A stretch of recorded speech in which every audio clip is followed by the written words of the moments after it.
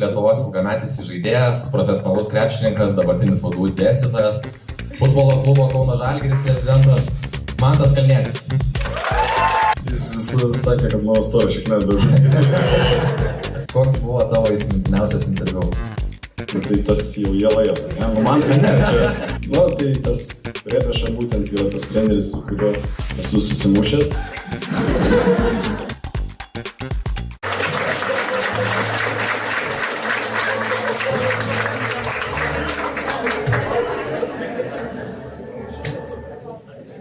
Sveiki visi, sveika vadovų bendruomenė. Kaip laikotės? Turbūt žino daugas, kur čia šiandien susirinkom, bet aš vis tiek pristatysiu Lietuvos ilgametis žaidėjas, profesionalus krepšininkas, dabartinis vadų dėstytojas, futbolo klubo Kauno Žalgiris prezidentas Mantas Kalnietis. Labas vakaras. Gerai, kad šiandien šviesas mažiau jūsų matau.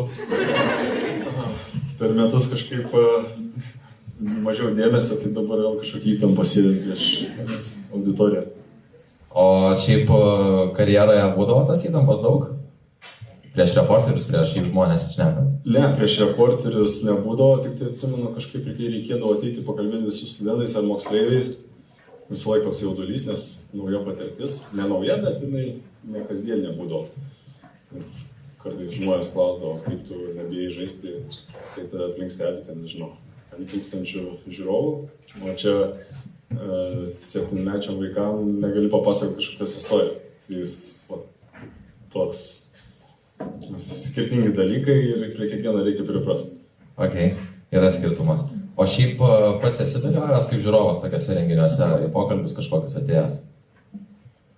Paskutiniu metu tai tikrai ne, o kai buvau vaikas arba moksleivis bent jau, o gal ir studentas, tai aišku, eidavau pasiklausyti. Gal nebuvo daug tokios mados, kad vyktų panašus renginiai ir gal trūko tuo metu, čia kokį 20 metų atgal jau grįžtant, tokių šou visokiausių ir panašiai, tai labai kažko įsimintino tokio negalėčiau pasakyti.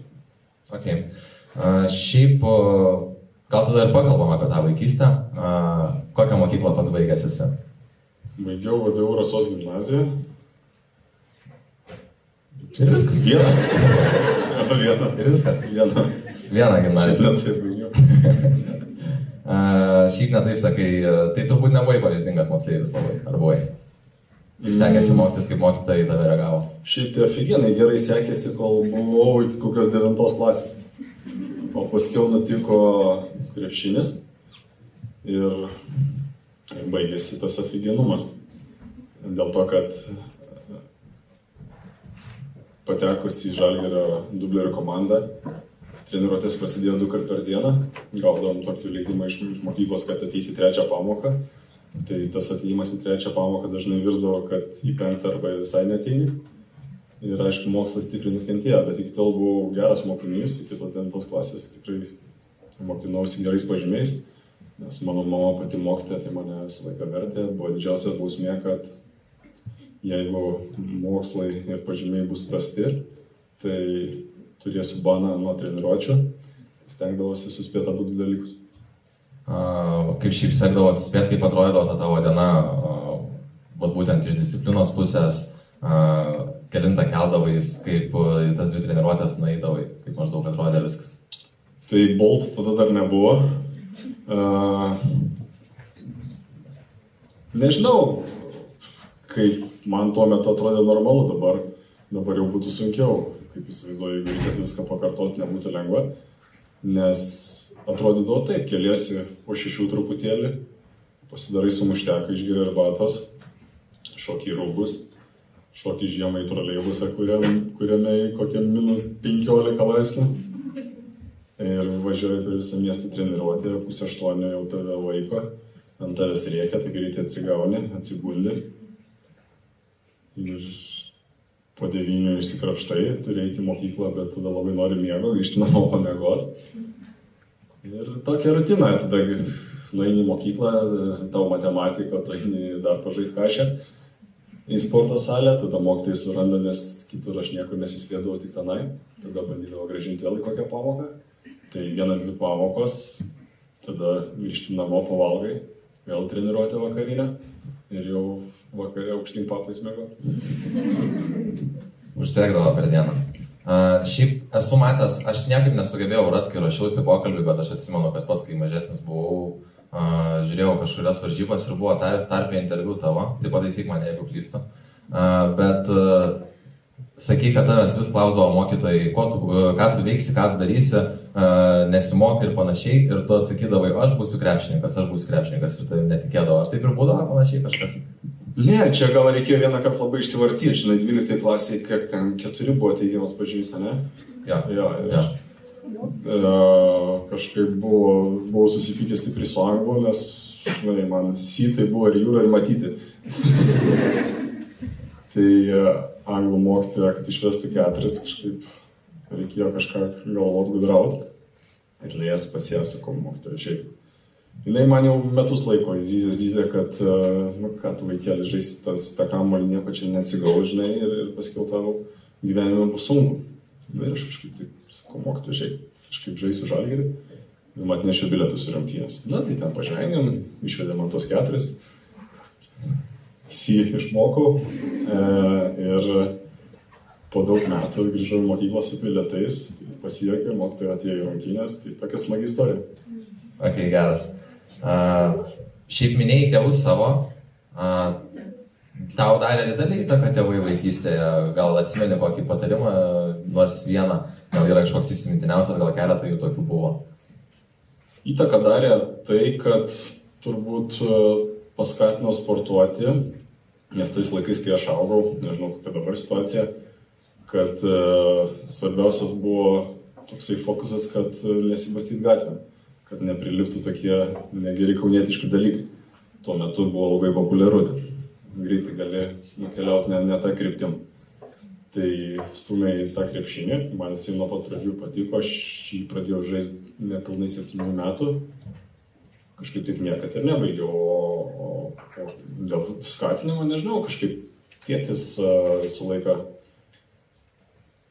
netgi kadangi būdavau, tikrai neišsiskirdavau savo amžiaus grupėje, niekad nebuvau prie lyderių kažkokių, tai skatindavo nepasiduoti, tai tas nesėkmės kažkaip netaip jautriai žiūrėti ir visą laiką stūmė, to pasitikėjimo vis augino, kur kartais man pačiam trūkdavo, tai neišmuždavo jo, kaip pakeldavo, tai tokie gal kažkokio vieno, tai labai negaliu pasakyti, kad įvykiu. O tai kada jau pradėjo sektis, kada jau pajauti, kad gali jau ir mokytojai pasakyti, kad Žalgirį žaisi, kad jau nebereikėjo tiek daug tų paskatinimų iš tėvų, pasitikėjimo įpūtimo, kada jau pajauti? Tai pirmas toks sėkmės receptas, kaip čia įsireikšti, nežinau, kaip užadžiau, kad čia jau kažkas įdomiau, tai tas paėmimas į Žalgirio dublerių komandą, kad aš jaučiu, palauk, gal čia žiūrėk ne tik tai fofana, o gal ir krepšininkų dar pavyks kažkaip būti. O antras dalykas, kad mano karjerai toks buvo šuolis labai greitas nuo antros Lietuvos lygos. Aš per pusę metų susiklošius, aišku, geroms aplinkybėms, patekau į Lietuvos vyrų rinktinę ir grįžus iš čempionato. Čia 20 buvo, ar ne? Ne, 6 man buvo 19 metų, aš grįžau iš čempionato ir kadangi visą gyvenimą augau paprastoj šeimoje, ten, žinai, taip, mama mokytoja, tėtis statybininkas, ten tai paprastai gyvenom ir užėmėm čempionatę 7 vietą ir dabar tiksliai nepasakysiu, bet 4-ženklė suma įkrito į sąskaitą, prieš tai atsidariau banko sąskaitą, kortelę jau davė, žinai. Ir grįžus, nežinojau kokia ta suma, bet įdėjau į bankomatą kortelę. Galvojau, pradžiai bankomatą sugedo, nes anksčiau, žinai, buvo pradžiai ten 2 skaičiai, ten 20 kokie litų likę, žinai, o dabar makt. Galvojau, ką jau darysiu, žinai. Tada pagalvojau, šiek, dar nepradėjau kontraktą savo. Pagalvojau, gal čia, žiūrėk, vėl visai toks neblogas būdas, kaip būti krepšininku. Ok, o tai tokie momentai, jie kaip tik kaip motyvacija suveikdavo, ar jauti, kad buvai užkėlęs nosį vienu metu? Oi, visai gali suveikti ir man atrodo visokių dalykų buvo. Ir teigiamai, kaip ir motyvuoja, bet tuo pačiu ir 19 metų, kai buvau ir sakau, ta karjeros kreivė kaip staigiai pasikeitė, tai kažkuriam laikui ir aš buvau pasikeitęs, toksai į nosį prilydavau į nosį, žinai. Ne, kažkiek ir normalu, aš niekada neįsidirbinėjau, bet nenori, kai Lietuvoje patenki į vyrų rinktinę, natūralu, dėmesio, tai tikrai vežimo vežk ir tas paauglį dar galima sakyti tikrai veikia ir su tuo reikėjo išmokti susigyventi ir paskui ir tas nesėkmės iš naujo, kai viskas fainai ir gražiai, kai elgiasi su tavim ir kai tu kyli, tai viskas ok, bet paskui kai būna ta kreivė žemyn ir tada susitvarkyti galvą, tada irgi iššūkį yra. Ok, tai viskas prasidėjo Kauno Žalgiryje, ne? Ir kada tu pasirašėjau tą kontraktą į pagrindinę Žalgirio komandą? Tai būtent tada prieš tą pasaulio čempionatą ir pasirašiau, tai buvo 26 metai. Tai tau tada buvo 20 metų? 19, ne? Jo, tai 19 metų pasirašai pirmą kontraktą, o šiaip girdim būna krepšininkų, kur dabar 25 metų sako, norėčiau kažkada Žalgiryje žaisti, o tau taip anksti jau toks šansas nukrito, buvo turbūt ir svajonė, ar ne, kaip kauniečiai žaisti Žalgiryje, kaip vertini taip anksti įsipildžiusią tą svajonę pačiam Žalgiryje žaisti? Tai ta svajonė, aišku, jinai buvo nuo vaikų, bet ta svajonė, žinai, dabar kaip tavo svajonė nuskristi mėnulį. Kaip ir yra svajonė, bet kiek reali, aš nežinau, gal tu kosmonautas, bet... Ne, aš nesu kosmonautas. Tai, žinai, ta svajonė tokia yra, jinai kaip tikra ir netikra. Tai pradžioje jinai tokia būna utopija daugiau, o laikui bėgant, kai tu vis po truputį po žingsnis artėjai link tos svajonės, jinai pasidaro tikresnė ir tokia jau, kur čia gali kabintis ir pasiekti. Tai aišku, buvo didelis įvykis ir tie prisiminimai išliks visam gyvenimui, kaip dabar atsimenu, kad ateina treneris tuometinis Žalgirio ir tave pakviečia į pagrindinę komandą, tai atrodo, kad žiūri save iš šono ar sapnuoji.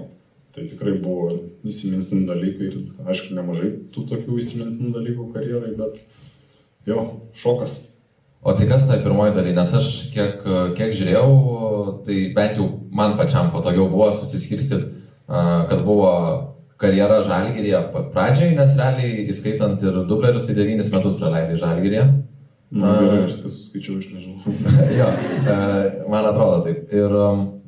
Ir paskui likusi karjera, tai gaunas 11 metų, jau buvo ir užsienio, buvo ir sugrįžimų į Žalgirį. Tai kas buvo įsimintiniausia iš tos pirmos dalies karjeros pačiam Žalgiryje, kai žaidė gal koks treneris? Na, tai iš pirmos dalies turbūt įsimintiniausia buvo labai didelė priešprieša, kurios dabar galbūt jau nėra tokios aršios Žalgiris Rytas. Tai tie pirmi laimėti čempionų žiedai, kai sutikdavo čia tų žmonių, dar tik tai Kaune, bet kadangi ta priešprieša buvo, tai tas ir džiaugsmas liejosi per kraštus ir visą laiką dabar prabėgus jau tam visam sportininko keliui labiausiai atsiminimai yra tada, kai tu kažką laimi, kai kažką pasiekė prisiminimai, tada kaip visas šventimas, visos emocijos ir tie dalykai tikrai neįkainami. Tai turi iš viso 4 LKL žiedus? Jo. Jo, 4. Sunku prisiminti daug titulų? Ne, nedaug, bet šitą nežinau. Jo, 4. 2-7, 2-8, 2-11 ir 2-12. Jau tie surūdyje, žinau. Surūdyje? Visi 4? Ne visi, bet ten tie šudinesnės prabos matyti. Tai reikia nueiti pasivalydą, pasitvarkyti gal. Man įdomu labai buvo, pavyzdžiui, palyginti vis tiek, sakai, ir vis pastebėjau, sakai, tais laikais buvo ta priešprieša didesnė, gal taip nesakai visai, bet tais laikais Vilnius Rytas buvo, Žalgiris Rytas. Čia galvojau, kaip tas senis, kur prieš Kristų gimęs, ane? Ne, kodėl? Jau ir aš buvau tada gimęs, aš visai jaunas. Čia kaip vienas, žinai, mažas vaikas, 7-8 metų, sako, dėdė, kada tu gimęs, sako, 1983. Tiem, žinai, kur 1-9, tai jau kažkas metu. Sako, tu buvai vergas. Jo. Buvai vergas? Ne, aš. Nebuvai dar. Ok. Ar jau nebuvai? Nesvarbu.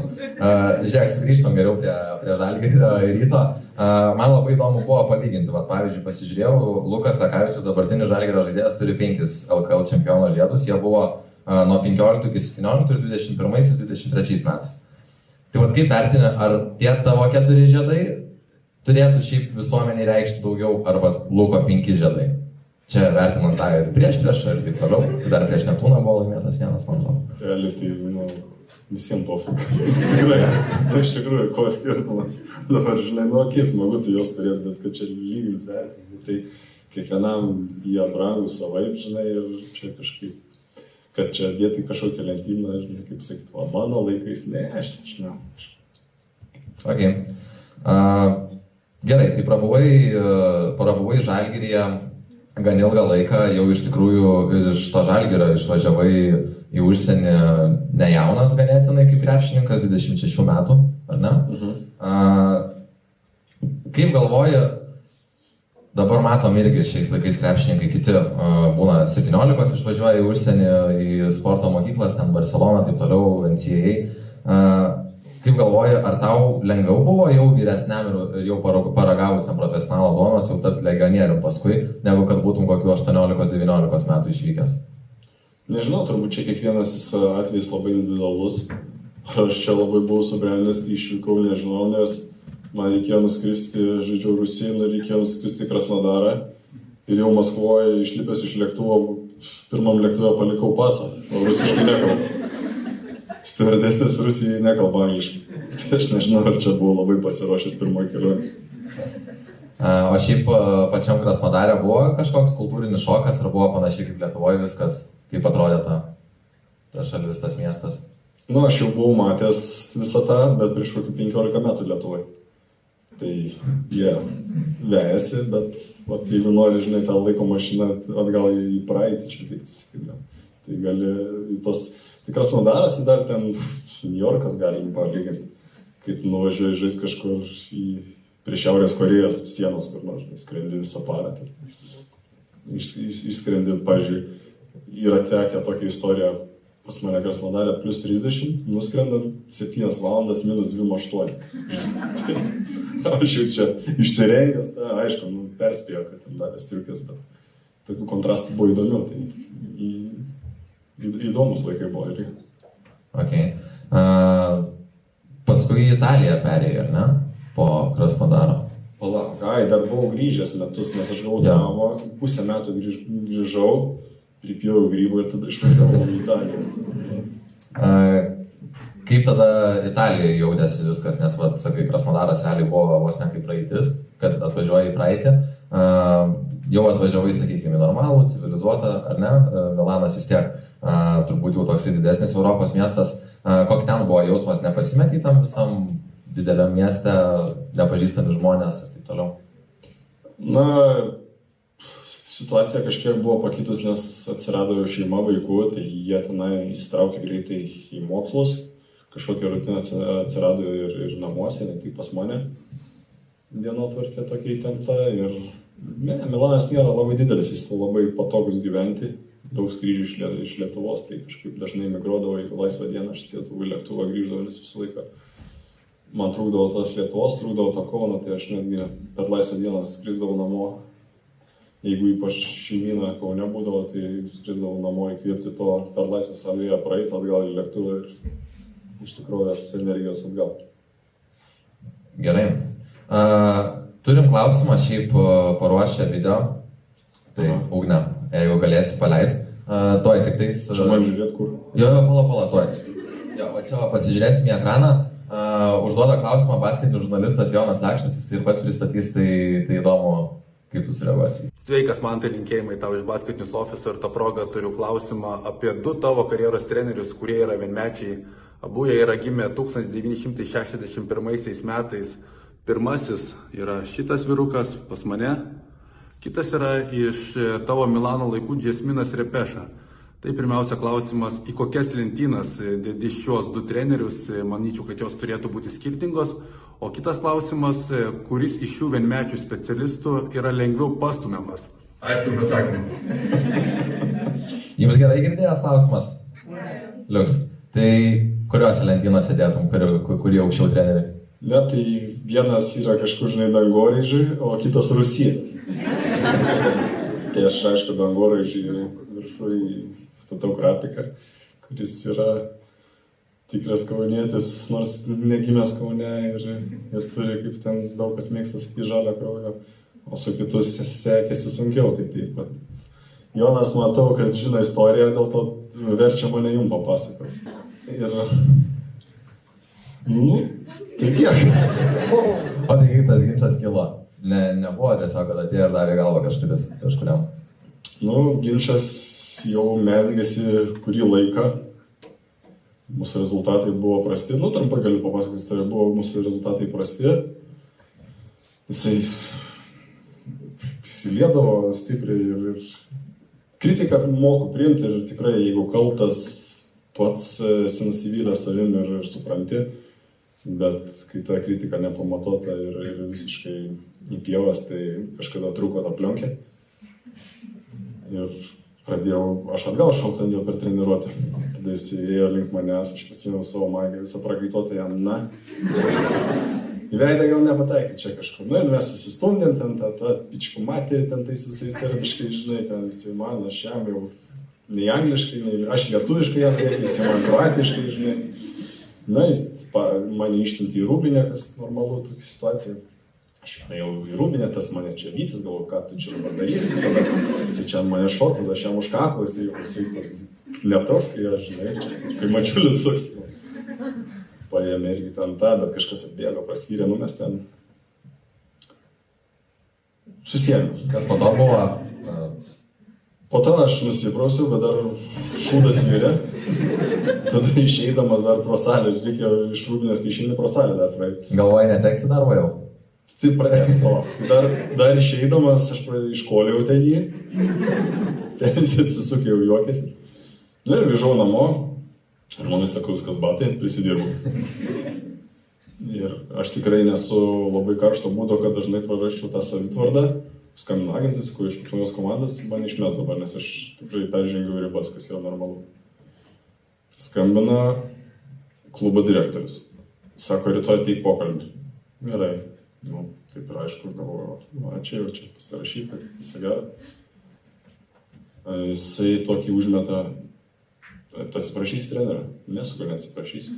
Sakau, yra ribos, ten visą tą istoriją plačiau papasakau, jis irgi, aišku, žinojo, nekvailas. Sako, tai atsiprašy komandos ir užteks. Ir viskas tipo. Aišku, aš čia neklausiu. Gerai, komandos sako, atsiprašysi. Jau komandos sakau, hebra, sorry, kad vakar ten įsišokau, nutraukiau treniruotę. Ir su to treneriu kaip ir nieko. Paskui, nei pastabų jis man turėjo, nei nieko. Susidraugauju, toks tipo jau savekas, ką tu, ką vakare. Ir dar kitą savaitę skambina, ne Armanis, bet antras žmogus po Armanio. Sako, matom, tau rūpi komanda, jums dar 2 metus kontraktą. Tai per jėgą įsikovoja kontraktą, ne? Taip gaunasi. Tai va, atsakant Joną klausimą. Klausia Aistė labai blogo klausimo, ar dar kada išbėgsi į aikštę? Kaip ten Jonas sakė, ir laikraščių neskaitai, ne? Neišbėgsi į aikštelę. Net ir mėgėjose? Ne, ir mėgėjose kol kas neplanuoju, kol kas tik tai sūnui kamuolį padavinėjau. Nežinau, niekad negaliu žinoti, kas įvyks ateityje, bet kol kas kultivuoju kitokias sporto šakas ir krepšinio nesinori, dar tikrai turbūt buvo. Net su taso iš tikrųjų. Žiūrėti viskas ok, bet jeigu reikėtų ten daryti. Ok. Gerai, tai tada pakalbam apie nemėgėjus visai. Pereikim prie rinktinės. Kaip rinktiniai viskas sekėsi. Tai pirmas toksai rimtesnis pasiekimas su rinktinė turbūt buvo 2010 metais, ar ne? Tada buvo šį rinktinę ganėtinai nuvertinta, niekas nesitikėjo iš jos tiek. Kiek buvo pasiekta bronza pasaulio čempionate. Ką pats prisimeni iš to čempionato? Ar buvo tokių pačių konfliktų, gal panašių, gal visiškai nieko panašaus, kaip ta komanda pati atrodė, ar visi labai komandiškai, draugiški buvo, kaip viskas atrodė? Na, čia turbūt jau ne tie, kas domisi krepšiniu, nekartą girdėta istorija, kad iš tikrųjų ta komanda buvo visą laiką Lietuvos rinktinė, niekad nebūna problemų dėl bendravimo, bet normalu, jeigu susirenka 12 skirtingų žmonių, 12 skirtingų žaidėjų, kitaip auklėti, vienur ar kitur užaugę, nebus jie geriausi draugai niekada ir tu gali vaidinti kiek nori, vieni prie kitų pristaiko, bet ne visada gaunasi tas tikras tas branduolys. O 10 metais, aišku, kadangi ir pergalės buvo ir ta atmosfera automatiškai tos pergalės sustiprina ir jos padėjo to bendro tikslo, mes tikrai dažnai ir labai daug laiko kartu leisdavom ir po rungtynių, tiek tuose procedūriniuose vadinamosiuose masažo kambariuose tikrai sėdėdavom, diskutuodavom, juokdavomės, žiūrėdavom kažkokius tais video, žaisdavom kompiuteriais, pokerį ir tas, aišku, padėjo prie bendrų rezultatų. O ką atsimeni, tai vėlgi, kaip visą laiką sakau, tie geriausi įspūdžiai karjeros, tai turbūt ir yra su Lietuvos rinktinė, kai kažkokį medalį laimi. Tai tie visi šventimai, grįžimai namo, minios tų žmonių, tie atviri autobusai, važiavimai, to masiniai psichozijai, tai tikrai tie įspūdžiai, kur jau kartojas, bet kur nenusipirks. Šiaip pats esi 3 kartus buvęs Eurobasket lyderis pagal rezultatyvius perdavimus. Tai buvo 2013, 2015 ir 2017, tai šilės realiai viskas. Ar pats jautėsi, kad geriau žaidėjai rinktiniai negu klube? Ar tau daugiau rūpėjo pati rinktinė negu žaidimas klube? Negaliu sakyti, kad man mažiau rūpėjo klube, kaip žaidžiau, bet matytas buvau tokio tipo žaidėjas, kuriam reikėjo daugiau atsakomybių. Lietuvos rinktinėje aš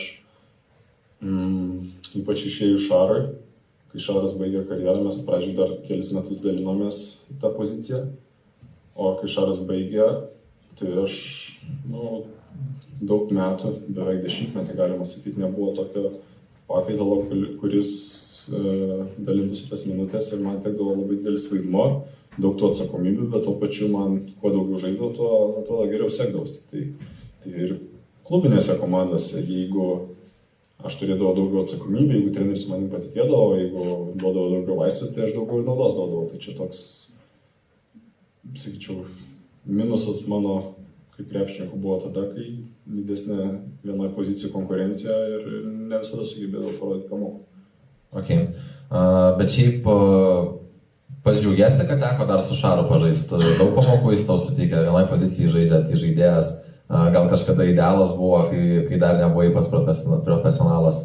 Kokią nuomonę apie jį? Ne, tai aišku, tai ne tik tai Šaras, ta visa senoji karta ir Songa, ir Macas, ir tie broliai, ir Jeftokas galų gale ten pirmi metai šis tu ateini į rinktinę, tu tik tai klausai ir, žinai, paskui už tų bairių žvengi, kaip berniukas, garsiai dar bijai juoktis net.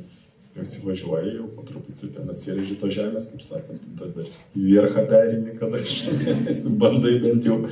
Tai jau tokia hierarchija jo vadovas. O jo su Šaru, tai aišku, tai jis čia nepaslaptis, neįlinis tas protas aikštelėje IQ, tai čia nespėjau ten labai daug prisisemt, bet pavykdavo. Rinktiniai ne tik žaidėjai yra ir stafo žmonių. Turbūt žinomiausias iš jų yra Jozukas. Ir pats šiaip esi ir traumų rinktiniai patyręs, daug Juozas prisidėdavo prie reabilitacijos. Na, Juozas yra talismanas, kuris daugiausiai žinomas, bet jau mano metu vis dėlto tie metai ir tiem masažistam, kuriem reikia būti labai stipriem, jau Juozas turėdavo tokius pagalbinius darbus, atsirado nauji žmonės, naujas kolektyvas daktarų ir tų masažistų, tai tos funkcijos truputėlį pasislinko. Bet Juozas tildavo visą laiką, mes, pavyzdžiui, veždavom krepšį, tai mes jį kartais uždarydavom krepšį ir veždavom. Krepšį kartais? Ja, jis tildavo į tašę tą tokį baigį. Kad jis tildavo, tai jo, bet jis tiesiog, jam viskas gerai, ne? Jis šokdavo į tą krepšį. Supratau, žodžių, garsų žodžio neturėjo, ne? Ne, tai jis visą laiką turėjo garsų žodį, tik tai gal jau, sakau, tos atsakomybės truputėlį kito laikui bėgant. Įdomus klausimas, Karolis klausia, man tai ar gyvenime neturėjai problemų dėl savo kamulio varimo? Tai yra, aukštai mušinėjant kamulį, ar teisėjai nešvildavo nešto? Tai švilt nešvildavo, bet problemų visada turėjau. Dabar nebeturėjau, metus laikų. Okay. Tu gal įtarsi, apie ką aš noriu tavęs paklausti, bet koks buvo? Bijau, kad įtarsi. Tu pradedi klausimą, ar aš jau įtariu, ką klausimą. Nu, pabandau, pradėk aš užbaigti. Koks buvo tavo įsimintiniausias interviu?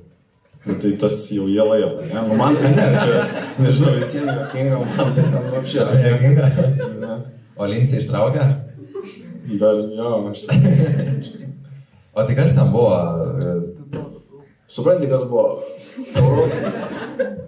Europos čempionato pusvalis. Lošiam su serbais. Nu, visiškai išsekęs, nebeturi jėgų. Ten paskutinį tiek fiziškai, tiek psichologiškai. Kaip paskutinių sekundžių ten ta drama, išeinam į finalą, viskas tvarkoj. Ir nu, tikrai tu išsikrovęs ir net drebuliai įsima, kaip tu nori greičiau atsisėsti. Ir, nu, normalu, procedūra po rungtynio, ten kažkas, kas vieni iš geriausiai, kas sužaidžia, eina ten su medija kalbėti. Nu, ir atsistoja, žinai. Ir mūsiškai kažkur ten toli tie lietuviai, ten kažkokių dar tautybių. Irgi su tais lietuviais stovi tas vienas arabas, ar kas jis ten toks. Nu, jis pagauma už rankų, ką aš žinau, čia reiks stovėti su juo. Ir jam neįsijungia ta live transliacija, ten matyti kažkokias arabiškas reklamas deda, jisai ten laukia to ir aš sakau vieną kartą, taip ramiai raginu, sakau, hebra, nu, viskas man reikia, jau aš nebegaliu net stovėti. Jisai tą jelą, viskas iš šono filmavo ir aš ten dar Linas Kunigėlis šalia buvo, jis atsakingas už visą tą procesą po rungtynę, jisai turi jį kontroliuoti ir aš sakau, Linas atrauk mane iš čia, taip ir gausi. يلا معي مانتس لعب لوثينيا اوكي سمع معي مانتس ما انت لاعب لوثينيا يلا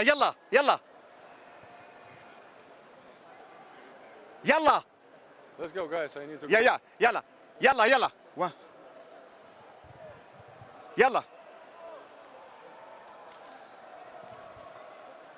يلا يا شباب يلا one quick question yeah يلا Pačiam keista, kad žmonėm tai tiek daug nereikia iki laimės pasijaučia.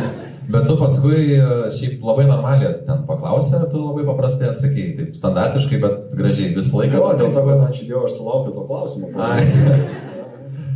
Bet šiaip bendrai irgi ieškojau, galvojau, kaip čia padaryti, kad įdomiau būtų, žiūrėjau, ką pats esi pasakęs, tai kažkokių išskirtinių citatų nėra. Iš tavęs išėjo labai daug, buvo tik apie Mačiulio nosį, kad jau ir taip baisus, tai ką ten, nieko tokio. Šiaip tau apskritai va, tie reporteriai panašiai užknisdavo karjerai, ar tu tiesiog priimdavai tik kaip normalų dalyką ir standartiškai praeidavai tas procedūras?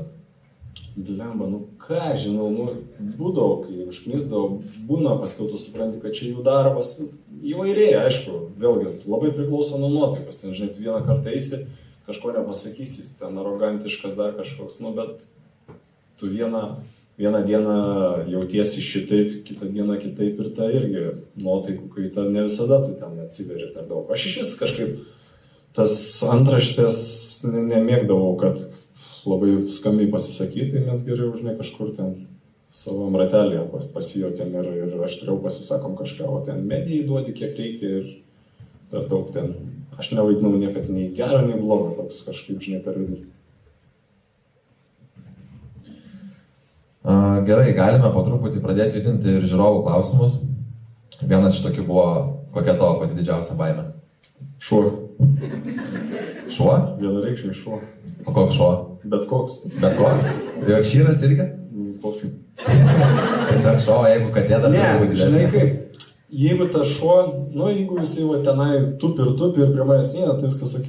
Bet tie kartais mažesni tokie įkyrus, jau dar baisesni, nes jie taip man tai, ten loja.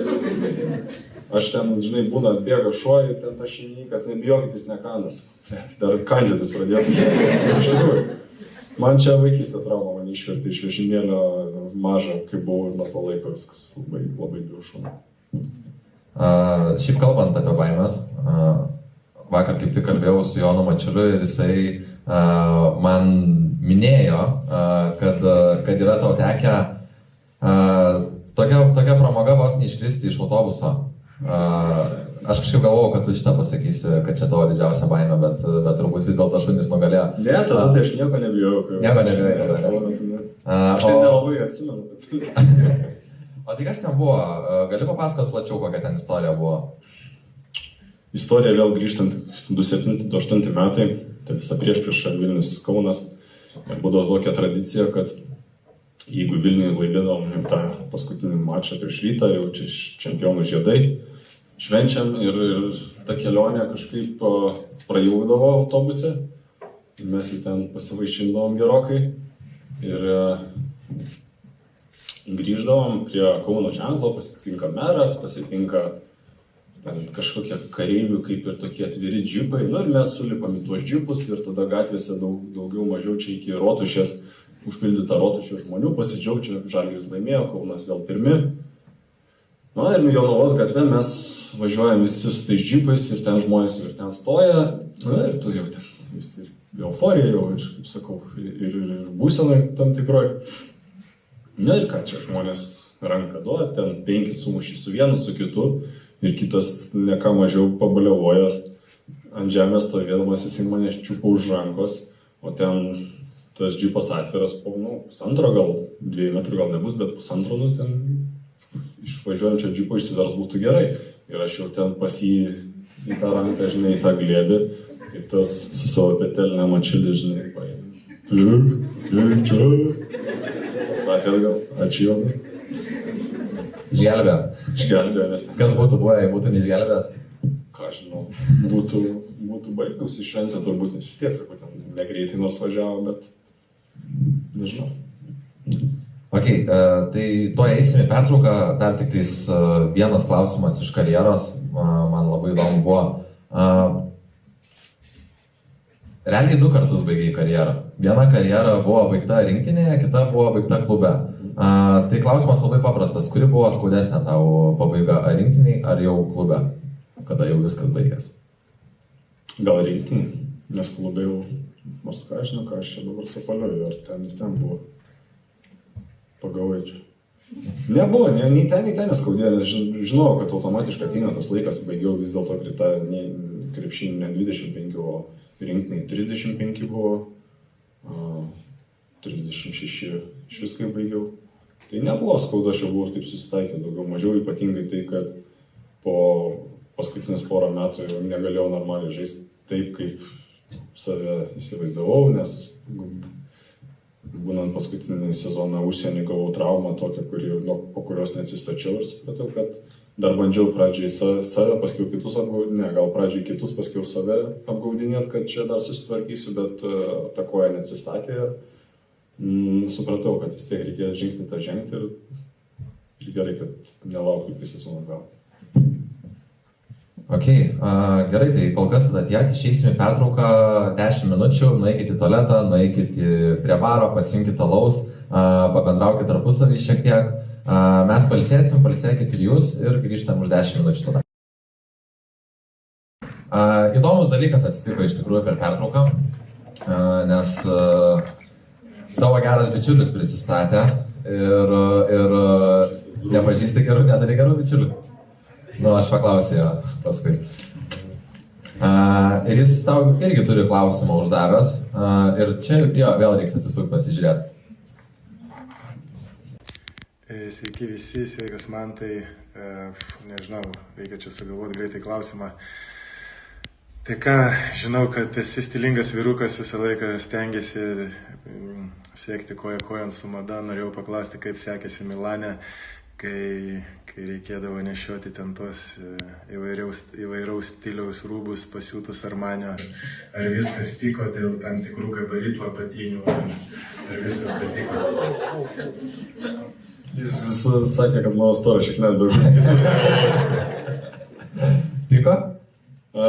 Tiko, jo, šiaip Armani buvo kas fainai, kad turėjom privilegiją naudotis tą didžiulę nuolaidą ir eidom ten į tas parduotuvės ir tikrai žaidėm šudinai, bet aprengdavo stilingai ir nežinau, kur tos rūbus dėti, nes matot, kaip aš apsirengęs.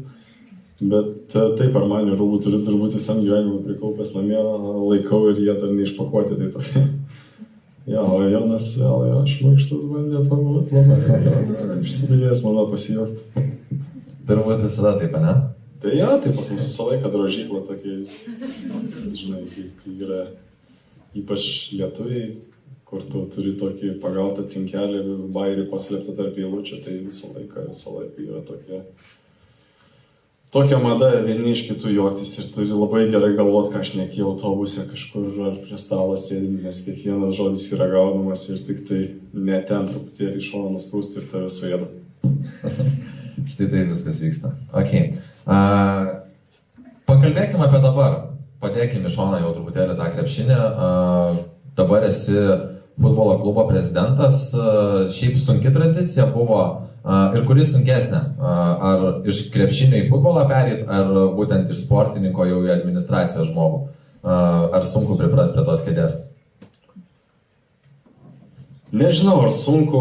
Gal, sakyčiau, tokie esminiai skirtumai, iki dabar, ko nepilnai suvokiu, žaisdavai krepšinį, viskas aišku. Laimėjai, pralaimėjai, pats jau tai gerai sužaidai, blogai sužaidai, viskas aišku.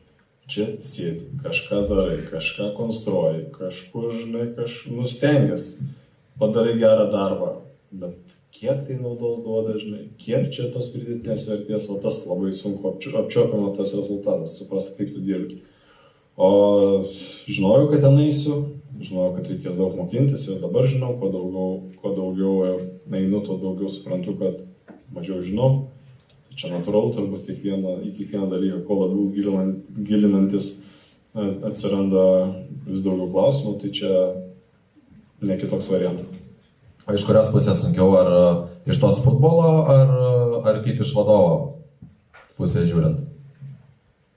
Už futbolą pirmas dalykas, aš į futbolo dalį nesikišu taip stipriai, kaip į visą vadybinį procesą, kurį per savo karjerą mačiau daug ir gerų, ir blogų pavyzdžių ir turiu šiokios tokios patirties būtent tam management dalyke, kad suprantu, kai veikia sporto pasaulis, ir tuo pačiu džiaugiuosi, kad buvau tam krepšinėje, kad dabar iki kuriuos taktinius, sakykime, futbolo dalykus suprantu, kad nesuprantu, nes žinau, kiek reikia būti tam vienam sporte, kiek turėti žinių, kad specifiškai tą vieną kryptį suprasti ir tai yra didžiulis darbas, didžiulis laiko tarpas, kol tu gali giliai šnekėti, nes vėlgi aš netgi apie krepšinį dabar nustoju skambinėti, bet anksčiau būdavo pakomentuokite ar tą, tai aš visą laiką laikausi tos pozicijos, kad yra labai sudėtinga komentuoti apie tos dalykus, kuriuose tu pats nedalyvauji, nes tu nežinai nei jokių susitarimų, nei kaip veikia tas mechanizmas, todėl plepėti tai ten yra bergžiai ir dažnai kvaila.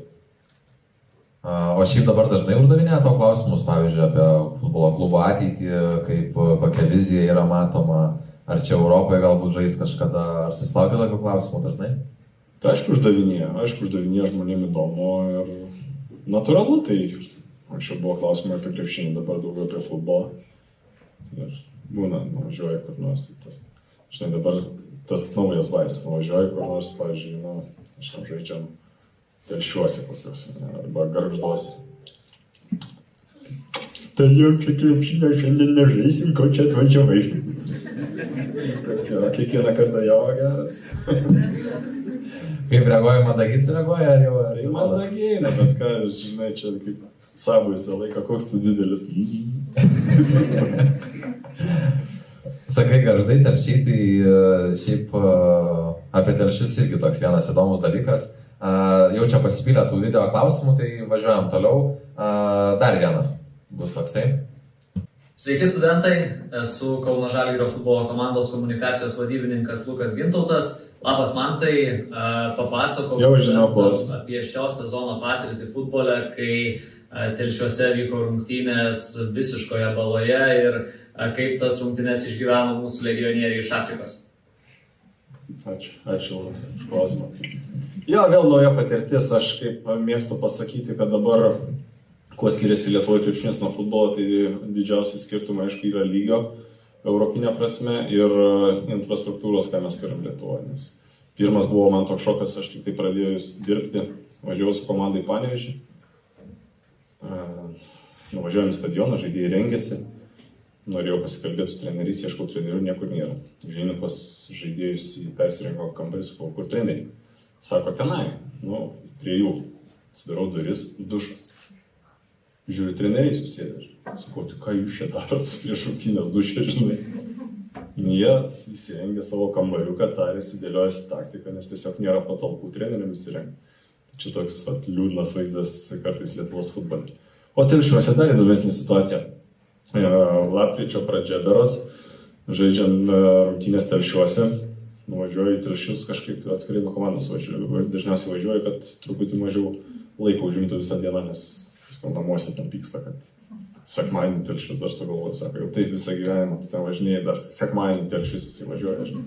Nu, nieko. Tai važiuosiu savo mašiną, kad nereiktų prieš 1,5 valandos prieš rungtynės būt, kad greičiau grįžčiau. Na, vyksta rungtynės, sninga. Telšiuose sninga, pradeda snigti, tada pradeda lyt tokia šlapdriba. Nu ir visiškai balos stadione, neįmanoma žaisti futbolą, kamuolys stringa, belė kaip šalta, mes ten stovime irgi su pukiniam striukiam, drebam. Tie žaidėjai, įsivaizduokit, irgi jų kojos visiškai šlapios, bucose tuose pilna vandens, mėšlinė kaip ten, nu, baisus sąlygos. Ir turim komandą porą afrikiečių. Vienas bičas baigėsi pirmas kėlinys, ateiname Rūbinę. Ir, nu, aišku, visi šildosi tenai, kas kaip gali, ten, kol treneris kažkokią kalbą sakys, vienas mūsų iš Afrikos žaidėjas dreba, nu, konkrečiai dreba, tai negali, sėdi ir dreba. Ir, nu, galvoju, nu, kažkaip vis tiek praeis, duokit ten kokią striukę, nepraeina, jis net prakalbėti žmogus negali. Nu, tai viskas, darom keitimą. Dėl ko? Dėl šalčių. Gerai, jisai eina į dušą, su tais rūbais, eina į dušą, prausėsi ten po to dušų, po karštų vandenį, kiek ten jo buvo, niekaip nesušyla. Sakau, ateik čia, varam į mašiną. Tai antro kėlinio aš nemačiau, nes su to bičiu įsisodinęs jį į priekį, uždėjau visą šilumą, žinai, mašinai, atsukau pilną ciongą, kad jau varyti ten tą karštį ir varinėjom aplinkui Telšius ratai, žinai, tada dar buvo, sakau, stojo Maksimui. Maksimui stojo, nu, grinai, kad vaistukam būtų. Nu, tie, kurie žaidė 90 minučių po antro kėlinio, irgi drebantis, tie žaidėjai. Sakau, žiūrėk, kad nesusirgtumėt, nes už 3 dienų vėl rungtynės. Sakau, davai visi po 40 ir tada, kad sušiltume. Tai Maksimą nuvariau, pasivėžinau po Telšius, iš tikrųjų gražus miestas, niekada nemačiau važiavęs. Tai va tokia istorija. Ok, tai tenka kaip tokiai mažesnė organizacijai šiek tiek, vis tiek ten turbūt to stafo nėra belekiek, tai tenka ir tokius kasdienius dalykus atlikti karts nuo karto, ne? Nu, nežinau, čia kasdienius, turbūt labai gerai. Na jo, gal ir ne visai jisai kasdienis. Gerai, galime po truputį pereiti prie žiūrovų klausimų. Dar kartą paraginsiu Facebook'e irgi komentuoti, nes būtent iš ten rinksime tą klausimą. Arba jeigu kažkas iš čia norėsit užduoti, gal dabar yra norintis koks nors užduoti klausimą. Tai tada pasitikėsime slaido. Man tas klausė, ar esi gavęs pasiūlymą iš Ryto? Esu. Bet tai labai labai seniai. Bet čia buvo, aš nežinau, kiek tai buvo rimta, dėl to, kad tuo metu jų vadovas Jonas Vainauskas mėgdavo skambinti žalgiriečiam per finalo seriją, kad biškį subalamutinti, kad tu pradėtum galvoti ne apie finalo seriją, o apie tai, kokį tavo Rytas kontraktą siūlo. Tai aš taip dar, irgi kadangi buvo čia 20-21 metai, ir toksai, nenori įneša tokį chaosą, tai aš net nežinau, ar tai buvo pasiūlymas, ar tiesiog bandymas išmušti šviežių. Ok. Šiaip labai daug anonimiškų klausimų yra. Vienas yra, ar mėgsti saldumynus? Čia jau galvoju klausimą, ne? Jau, palauk, čia dar nesibaigia. Dar priklauso, kaip atsakysi. Gerai mėgstu. Mėgsti. Gal nori KitKato tada? Jo, katės tai myli, aš šunų. O, tai duokit tą KitKatą, kas paklausė. O, gerai. Ne, nematau nieko. Ir vis tiek metė.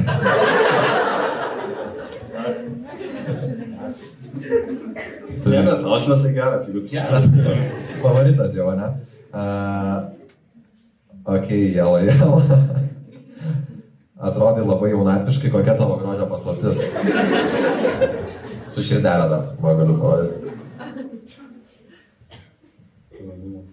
Anonimas yra. Kokia paslaptis grožio? Nežinau, gal be mane rūbų buvo. O, okei. Koks geriausias kambariokas buvo rinktinėje? Tikrai ne tas, kur matėm, ne? Ne, su juo nežinau. Aš visą laiką, jeigu rinktinė, tai būdavo labai geros sąlygos, tai mes vėlgi čia pradžioj tu turi kambarioką, o paskui tipo kaip jau verties į antrą pusę jau pasidarai senis, arba jau ten toks štrekas tipo, tai tada gauni jau kambarį vienas gyveni. Tai aš visą laiką dar, kai turėdavau kambarioką, tai su Paulium Jankūnu gyvendavau.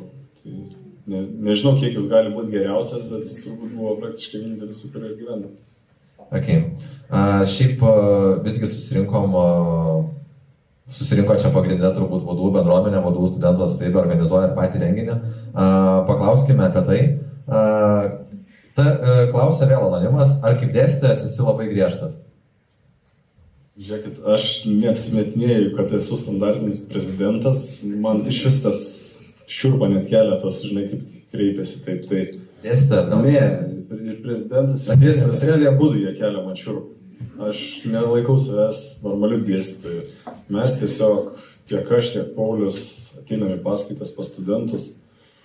Yra normalūs dėstytojai, esame mes, kurie tiesiog dalinasi patirtimi, kurios yra sukaupta tikrai nemažai ir kadangi tos studijos yra apie trenerių rengimą, tai mes dalinamės tą patirtimi ir gerą ir blogą, kurią esam sukaupę per karjerą.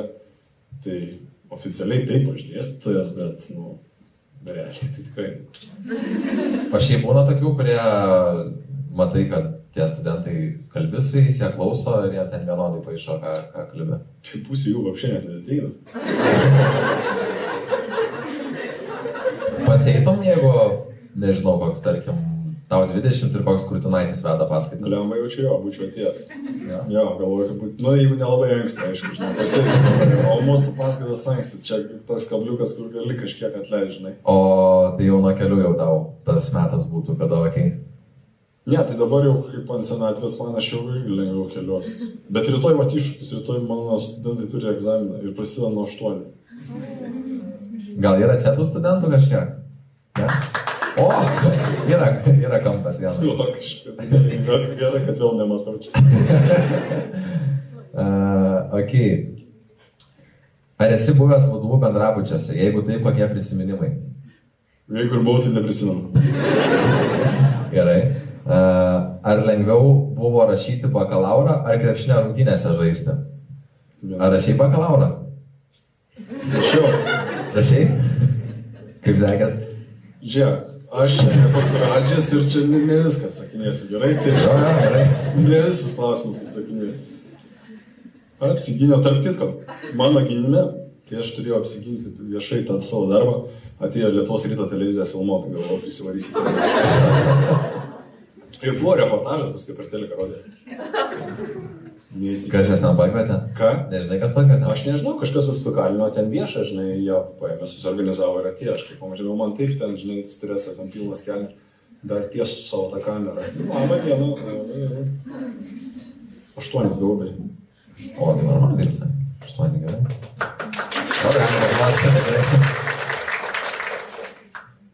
Gerai, pažiūrim iš Facebooko, kokie klausimai. 7 net visi. Koks šmaikščiausias dalykas, kurį esi iškrėtęs univere? Šmaikščiausias? Šmaikščiausias.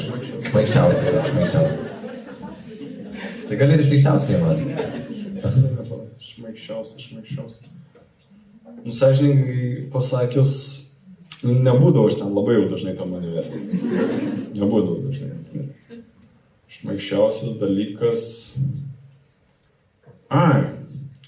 Kai aš tik tai pradėjau tas lankyti kartais paskaitas, aš nežaidžiau dar Žalgirį, bet jau buvau labai šalia ant tos lenkščių, ten buvo tarp 18-19 metų. Ir neslėpsiu, ten truputį padėdavo, kažkaip ten tose moksluose, kad reikėdavo už universitetą sužaisti rungtynės, o čia kaip ir Žalgiris kažkaip ten mes truputį sulaukdavom tokių nuolaidų. Ir buvo tokia mergina, kuri seniau neberots. Tokia, jinai mėgdavo ten pakontroliuoti, aš ten į vieną paskaitą nenueinu, į kitą, žinai. Ir, aš ten su ja viskas gerai, mandagiai, taip kaip ir su žmonėmis, žinai, bet irgi ateina ta riba tokia, kur, žinai, tu rūpinkis to savo reikalai, žinai. Ir ten kokį, nežinau, spalį, jau aš ten gal ateinu po kurio laikui tą paskaitą. O jeigu tu čia nebūsi, tai jau čia tave išmes. Ir aš susipainiu, žinai, ten ryte, jeigu po tos treniruotės, sakau, Agirdi, sakau, mane tikrai neišmės, o tave tai gali, sakau. Čia toks, tokį atsimenu, kad sakau, aš jau čia, žinau, kažkaip pabaigsiu, tu žiūrėk savęs. Pasinaudoji tą galimybę. Sakau, ateina ta riba, kur kentėjau, bet paskui pratrūko. Okay. Klausia ar neklausia dabar? Tai klaus, gal neatsakysiu. Kokios muzikos klausai ir koks mėgstamiausias tavo atlikėjas? Jeigu tai nuoširdžiai. Kas klausia? Klausia tai Lorena Mileškaitė. Ne, nesako, ne. Nežinau, aš lietuviškos muzikos nemažai klausau. O iš tikrųjų, tik ką groja per radiją ir klausau, aš neturiu nei mėgstamos dainos. Neturi nei vienos mėgstamos dainos? Ne, tokias nemėgstamiausias. Mėgstamiausias nėra? Ne, neturiu, žinau. Neįdomus atsakymas, neturiu ką pasakyti. O jūs gal žinot?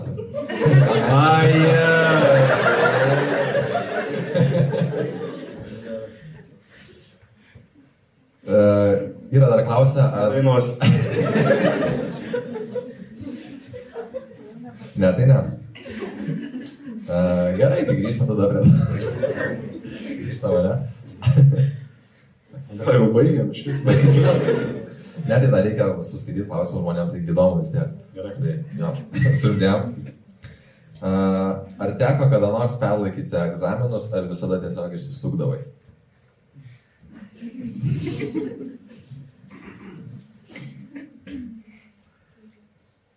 Galvoju, matai, ilgas žmogus, ilgiau reikia sugalvoti atsakymą. Ne, neperlaikydavau. Kartais laikydavau atskirai. Nuo kitų studentų. Ok, kodėl? Asmeninės priežastis. Kad išlaikyti. Esi akademinė buvęs? Kaip? Akademinės atostogos esi buvęs? Ne, aš neįdavau. Nereikėjo. Aš labai mokamą būdų. Ok. Gerai. Gal jau dabar turit kažką sugalvoję klausimą, galite tiesiogiai paklausti. O, yra ten, matau, klausimas. Kaip ten matai, ką nors? Aš matau, gal mane tai šviečia. Jo, šiaip pažįstamas veidas, gal netgi pažiūrėsim, ar balsas pažįstamas, nes tikrai nematai. Tai garsiai. Ja, aš turiu labai visiškai savo rūpimą klausimą ir nišinę. Šiuokis šviesą. Nežinau, ar dabar vairuoji, bet prieš tai tikrai vairavai mano svajonių automobilį. Tai yra Golfa Era. Ne, buvau pasiskolinęs. Tikrai, gerai. Tai tada, kai buvai pasiskolinęs, ar patiko ir ar rekomenduotum kaip svajonių mašiną būtent šitą? Jeigu nusibodo gyvent, gali vairuoti. Labai ačiū. Jo, labai. Iš tikrųjų, reikia mokėti važiuoti, aš bijodavau kartais ją važiuoti. Tu apie tą mėlyną kalbėjau? Jo, tai buvo ne mano. Okay, buvau savo sudaužęs, tai dėl to tą buvau pasiemęs. Bet tai kiek laiko važinėjus tą mašiną? Tik kol sutvarkė man. 3 mėnesius jau. 3 mėnesius? Taip ilgai tvarkė? Jo. Nu, ten gerai buvo jobdinta. Okay. Gerai. Einam prie kitų klausimų, atsirado šiaip dabar daug. Valančiūnas ar Jevtokas trankiau švesdavo? Oi, Valančiūnas vienareikšmiai. Ne, labai toks ramus jis toks. Jo, Valančiūnas vienareikšmiai. Laimėdavo titulą, nueidavo į dušą, slankstydavo rūbus ir namo? Jevtokas? Jo. Ne taip, bet ten su Valančiūnu lyginant, ne. O gerai, tada tarkim Valančiūnas ar broliai, arba kažkuris, nežinau, ar galima išskirti brolius, jie tai turi prekinį ženklą kartu, tai turbūt broliai reikia sakyti. Tai JV ar broliai, kurie geriau švenčia? Broliai, matai, jie retai, bet jau taip užtikrintai. O Jo, jie broliai sveikatos turi. Tai net jie yra viešai papasakoję, patį būčiau nepasakojęs, bet jie kaip papasakojo viešai savo istoriją, tai galiu aš ten trumpai prabėgti, kad jie žaidė skirtingose klubuose. Ir, kai ten tarp jų ta meilė nesveika, nesveika, bet vienas kito tai pasilsa per metus, kad pirmą kartą susitiko rinktiniai, buvo treniruotė, ir jau čia gavo iš trenerių laisvą dieną. Ir ką, nuėjo prie stalo. Gal truputį galiu čia sumaišyti kelias detalės, bet iš esmės panaši istorija. Nuėjo prie stalo, vieną dieną užsibaliojo, tą kitą dieną laisvą, jie toliau tęsė.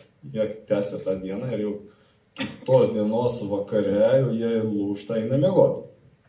Ir ryte juos kelia. Aš bijau dabar sumeluoti, ar tas pats Jozukas, ar dar kažkas. Gal Krapikas? Ne, Krapikas treneris buvo, tai jaučiu, kad ne. Nesvarbu. Kelia juos, sako, broliai, kelkitės, jau vėluojat, autobusas laukia, jūs čia dar miegat, atėjau jūsų žalį. Jozai, eik iš mum laisvą dieną. Broliai, vakar buvo laisvą dieną. Tai užbaliavojo taip, kad diena išskrynė. Jo, tai buvo. Kažkaip važiavo, nevažiavo, paskui aš negaliu atsakyti. Bet jie čia ne, aš čia jie patys ištransliavo, aš mačiau. Jo, aš čia mačiau. Viskas gerai. Koks yra įžymiausias kontaktas tavo telefone? Dabar.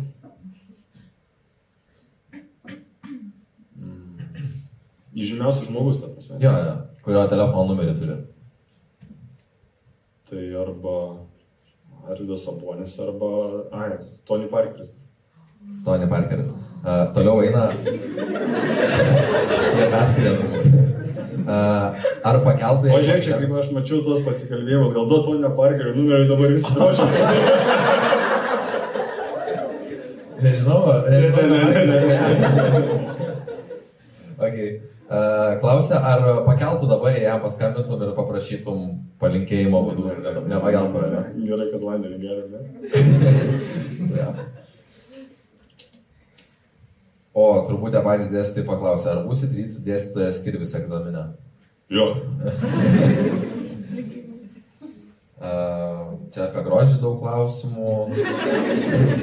Ar neturi žilvų plaukų, ar juos dažai? Ne, turiu ir nedažau.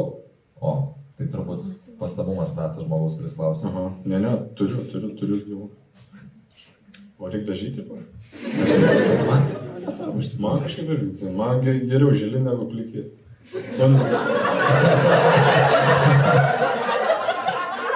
Tai bet barzdą turi.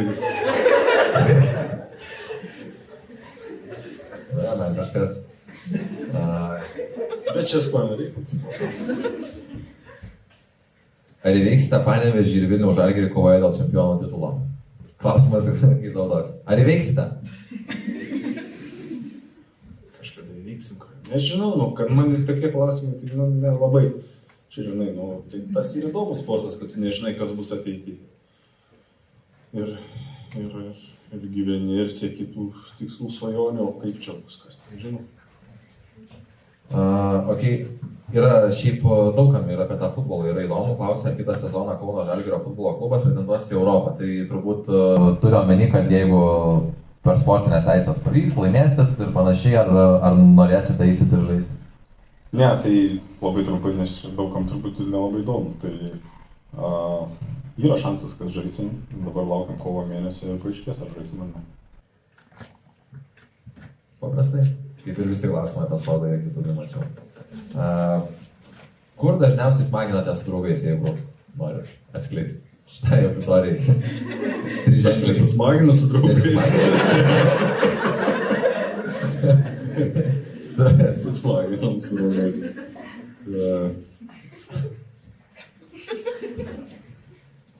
Labai klausimas toks, žinai, dabar kaip išsivardyti čia ir iš jo. Tai anksčiau ten jaunesnį dar būdui dažniau išeidavai kažkur. Va, kokį barą labiausiai jaunystėj kai lankydavot? Nežinau, įdomi tos, kokį ten būdavo Siena, Exitas. Tokie čia seniai. Žemėnupė. Ką? Žemėnupė. Ne, gal, jo, esu buvęs. Kur aš ten tik nebuvęs iš tikrųjų? Eidom, ten tos Kaune populiarios. Kad jie kažkaip labai dažnai keičiasi, man atrodo, aš dabar nelabai vaikštau, bet man atrodo, kad jie bazuojasi vieni, paskui markė. Dar Barbaras va buvo, įrūsi tokį lygį. Nebuvo kažkokia viena įskritinė mėgstamiausia? Ne, tai kur daugiausiai leisdavosi, pas ten raidavo. Yra kitas klausimas, Augustina klausia, ar atsimeni Zazos Pačiulijos smūgį žaidimo metu Lietuva-Gruzija 2014? Taip, atsimenu, aišku, tie dėdė.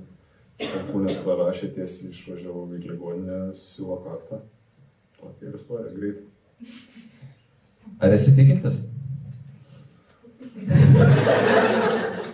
Bema, kaip ir jo, kaip ir tikiu, kad kažkas yra aš tokiu, kaip dabar čia, jeigu rimtesnį temą įsivelt. Tikiu, kad kažkas yra, tikiu gerumu, ar tai Dievas, ar tai kažkas kitas, nežinau. Man labai aš turiu čia dabar sverką kalbų, nes mano žmona kiekvieną sekmadienį eina į bažnyčią, jinai labai tikinti. Tai aš nevaikštau, aš nueinu, solidarizuoju su ja, nueinu per Kalėdas ir per Velykas. Bet aš galvoju, kad tikiu. Okay. Tai dabar porą dalykų tada patraukiam į šoną. Koks tavo batų dydis? Tai Nike, tai žinau, visą laiką tas, supranti, bet tu niekad negali žiūrėti normaliai. Kem 5. Kem 5, gerai. Normalus žmogus. Koks ūgis? 1,96 m. Gerai. Tas žmogus, kuris klausia, koks ūgis, tai sakė, kad žilų plaukų iš toli nesimato, šukuosina puikiai. Tai patikina, kad viskas tvarkoja. O ūgį pamatau? Ūgį? Ta prasme. Tai ką, tai klausai, koks ūgis? Aš nežinau, aš nečiatinu su juo čia tiesiog. Parašyk, ar pamatavai greitai. Kas nulėmė jūsų sprendimą po profesionalaus krepšininko karjeros pasukti futbolo keliu ir tapti prezidentu futbolo klubo? Pofik čia, tu prezidentas, ar tu ten kaip nori vadintis. Aš norėjau būti prie futbolo dėl to, kad man ta futbolo sporto šaka labai patinka. Kitas dalykas, daug kas labai buvo nusistebėję mano sprendimu, nes galvoju, kad aš galiu būti treneris. Aš treneris nenorėjau būti dėl vienos labai paprastos priežasties. Kadangi per karjerą daug teko keliauti, visą laiką buvo stiprus noras kuo greičiau grįžti namo ir nustoti keliauti. Norėjau, labai patinka keliauti, bet nuvažiuoju kažkur, pamatai, patostogauju ir grįžti namo į Kauną. Tai šitą buvo pagrindinė praktiškai priežastis, kodėl aš nenorėjau būti treneriu, nes vėl gyvenimas tas pats, tu sėdi ant lagaminų, tu važiuoji į tą šalį, kuri duoda tau kontraktą, į tą komandą, kuri tavim pasitikė ir tu jas keiti. Ir ypatingai, kai pradeda vaikai augti, žinau, kiek trenerius susideda su tom bėdom, kad sezoną vienur, tada vaikai, ypač paaugliai, jeigu jau būna pripranta prie vienų draugų, tada tu juos keli į kitą vietą, tada vėl ten kur nors, sakys, nepaėjo rezultatą, tada išmeti, tu keliesi į trečią vietą ir tas visas balaganas, aš nenorėjau tokio gyvenimo ir dėl to nusprendžiau, kad būsiu Kaune, kad futbolas man patiko, o kadangi mano tas draugas Paulius Jankūnas jau buvo nusimatęs savo vietą Žalgirio krepšinio vadovybėje, tai sakau, kaip tik norėjau tokio iššūkio, kad krepšinėje daugiau mažiau yra tokia tvarka, daug kas sustatyto, čia tokie, kaip mėgstu pasakyti, nerti dirvonai tam futbole ir toksai iššūkis yra kažkiek, kiek įmanoma jį pakelt. Daugiau kūrybos truputėlį, ne, aš šitam darbę dabar, negu tarkim krepšinėje būtų. Taip, ir daugiau kūrybos, bet ir daugiau tokių dalykų, kurie dar nėra įgyvendinti, kurie yra jau pasiekti krepšinė.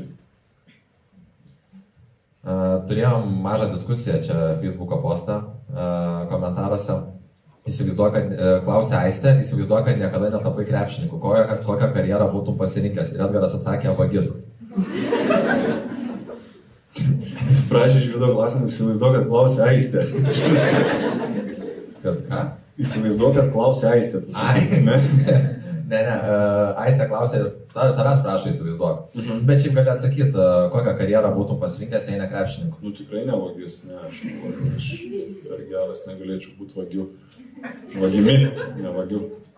O ką būčiau pasirinkęs, aš manau, kad būčiau žaidęs futbolą. Nes man iš tikrųjų patinka žaisti futbolą, nors ir nemoku žaisti, bet patinka.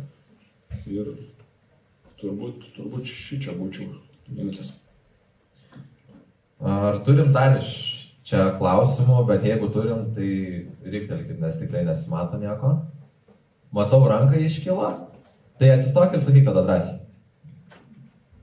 Sakėt, kad esat labai ramus žmogus, bet apie LFF Sportures finalo įvykius ir apie teisėjų darbą tai labai griežtai pasisakėt.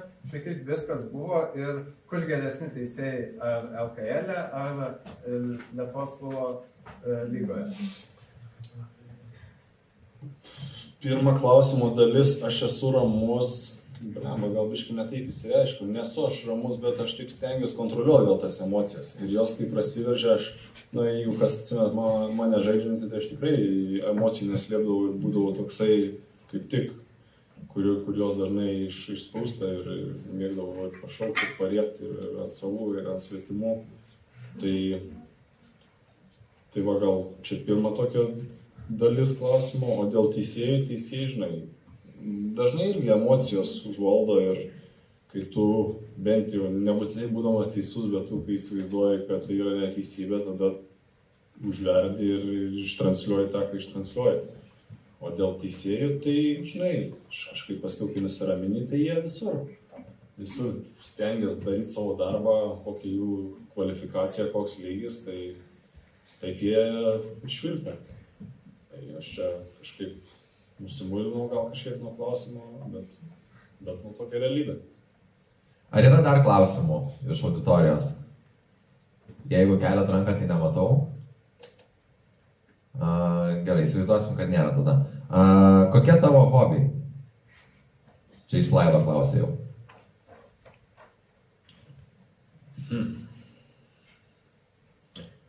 Mano vienas iš tokių mėgstamiausių hobių turbūt yra pirtis. Antras, dabar po karjeros irgi futbolas, kurį pažaidžiu turiu omeny šitą. Kas dar? Ką aš dar mėgstu? Bet susiję su profesija pačia, ne, tie vis tiek dalykai? Jo, susiję. Nėra kažko tokio tolimo nuo sporto ir... Ne, aš to prasme ten kokį... Nepradėjau ten lakstyti, žinai, ar ten siuvinėti, ar mėgsti. Ne, to taip, kraštutinumo tokį nenuėjęs, tikrai. Ok, anonimas klausia, koks legendinio BBL MVP, tai yra Baltijos krepšinio lyga MVP prizo, ant kurio vežioji stebuklą likimas.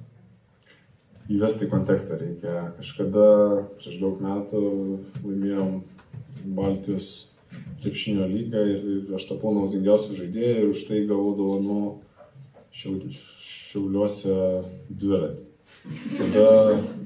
Tada Žalgirio savininkas buvo Romanovas, jis mane paprašė pavežti ant to dviračio ir mes kaip klounai dviese važinėjom aplink Šiaulių aikštelę ant to dviračio ir jam reikėjo, kad mūsų visi nufilmuotų, sėkmingai visai buvo nufilmuotas, visur įkeltas ir tas dviratis iš tikrųjų pas giminaičius dabar ir liko kažkur Žemaitijoje ir sėkmingai, nežinau, gal jo nebėra, čia 10 metų praėjo, bet jisai kažkur Žemaitijoje ir pasiliko kaime.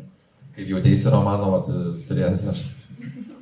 Tai bandžiau pradžią atsimazinti, žinau, kad čia vėl šau darysim, žinai, tada sakau, jūs sėskit, sakau, vienas ir važiuokit. Nie, man tas pavešk, taigi visi iš karto tie šakalai, mano komandžiokai, kaip tu čia nepraveši, kaip tu čia Vladimiro nepraveši, ėda, tas pavešk. Ten tas visas kameras laukiam ir ką, mes važiuojam, paskui ten vėl prikurta tų buvo filmukų, kad žinai, dviratukas mano niekad nesustoja ir mes ten varom, varom. Gerai, tai paskutinį kartą paklausiu, ar dar yra iš auditorijos klausimų. Panašu, kad ne. Jo, panašu, kad nėra. Tai pažadėjom prizą už geriausią klausimą. Prizas yra, ar užstrigo koks nors klausimas tau pačiam? Dabar aš jau pamiršau klausimą. Gali vat Facebooką pažiūrėti, kokia buvo. Iš Facebooką, ne? Tai aš tausiu.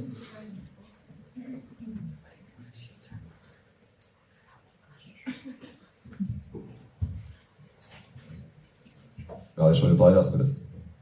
Tai aišku, iš auditorijos, tai ką, jeigu žmogui nesatėjo, čia reikia duoti klausimą. Kas man KitKatą davė? KitKatą? Taip, viskas. Taip, tai ateik tada. Pasikeičiu.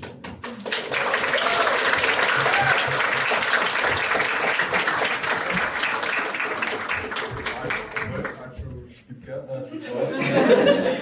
Bet aš pradžiai dar iškoliau, man atrodo, dėl klausimų. Ja, tai visada.